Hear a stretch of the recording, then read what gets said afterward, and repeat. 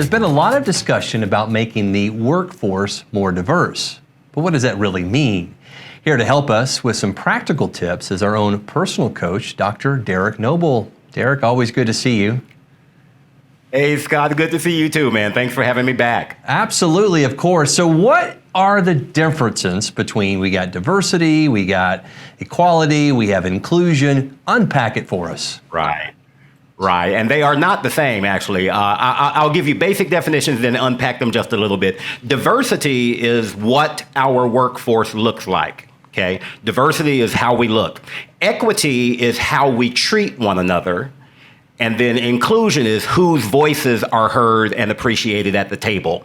So just to kind of unpack those, diversity being what our workforce looks like, we want to make sure that our workforce looks like a microcosm of the United States. So let's say you have 100 employees. You do not want 98 males and 2 females. You don't want lopsided numbers like that. So diversity is all about making sure that we represent the country well, represent ourselves well. Equity is all about how we treat one another. Do certain members of your staff get paid more than other members of your staff for doing the same job? That is a lack of equity. So equity is being sure that we treat everybody the same with the same degree of respect and the same degree of admiration and professionalism. And then finally, inclusion is whose voices are heard when it comes time for decision making. You know, we can have a diverse workforce with lots of different people and lots of different backgrounds, but when decisions are made, are they all made by the same small group of people that do not represent the larger firm as a whole? So those are three different. Now they all run together and they're all important, but they are all very different entities. Yes. I love how you unpack that. That does make sense. But sure. Why should a business, or why is it good for a business to focus on these efforts, to have different voices not only being represented, you know, in the company, but as you mentioned, even to the point when decisions are being made that everyone's included? Why is that good business practice? Absolutely. DEI, and that's what it's often called in the industry, DEI standing for diversity, equity, and inclusion. It makes good business sense, and there are basically 3 reasons that I share with my clients and with other people. Reason number 1 is greater profitability. Now, let's all face it, we are all in business to make money, to make a profit, and to do well. Even if we are not for profit, we are in business to impact the community. So first and foremost, diversity, equity, and inclusion call for greater profitability. Research shows that companies that rank in the top 10% of finance also rank in the top 25% of diversity. In other words, the more diverse your organization is, the more money you make, because people have greater confidence in you and what you do because your workforce looks like they do. So first and foremost, there's greater profitability. But the second reason why diversity, equity, and inclusion make good business sense is greater resilience. And research also shows that companies that were able to bounce back after this latest economic downturn were companies that were more diverse and companies that had greater inclusive efforts. More diverse companies have greater levels of innovation. So it makes good business sense. You're able to bounce back during tough times because you have more voices at the table. And then that leads to the third reason why it just makes good business sense, which is greater innovation.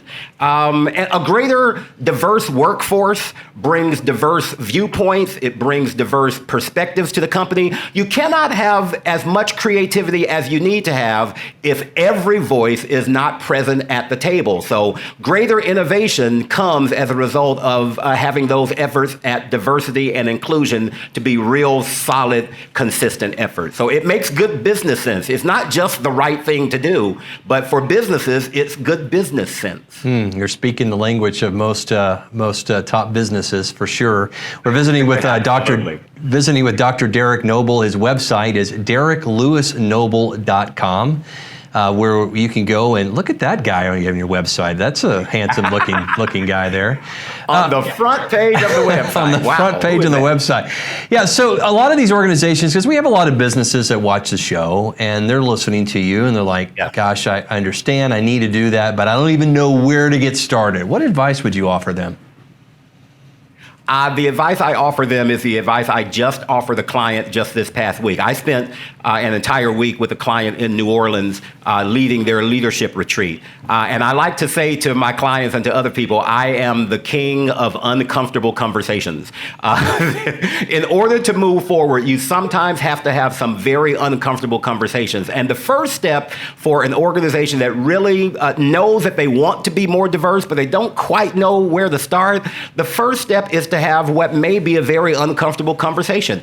Get the key players in the room and ask everybody, how do you think this company is doing as far as our efforts at being more diverse? What are we doing well? What do we need to do better at? What do you think is hindering us? Why are we losing good people? I was working with an organization recently that ended up losing some really good mid-managers because their efforts at diversity weren't as strong as they needed to be. So the very first step is a willingness to have some uncomfortable conversations. And I would say that many businesses, many organizations never become as diverse and as equal as they could be because they're unwilling to risk having some of those conversations that might make you uncomfortable but are really necessary in order to push that needle forward. So the first one is being willing to be vulnerable there. Second thing I would say is that you have to be willing to admit where you've been wrong.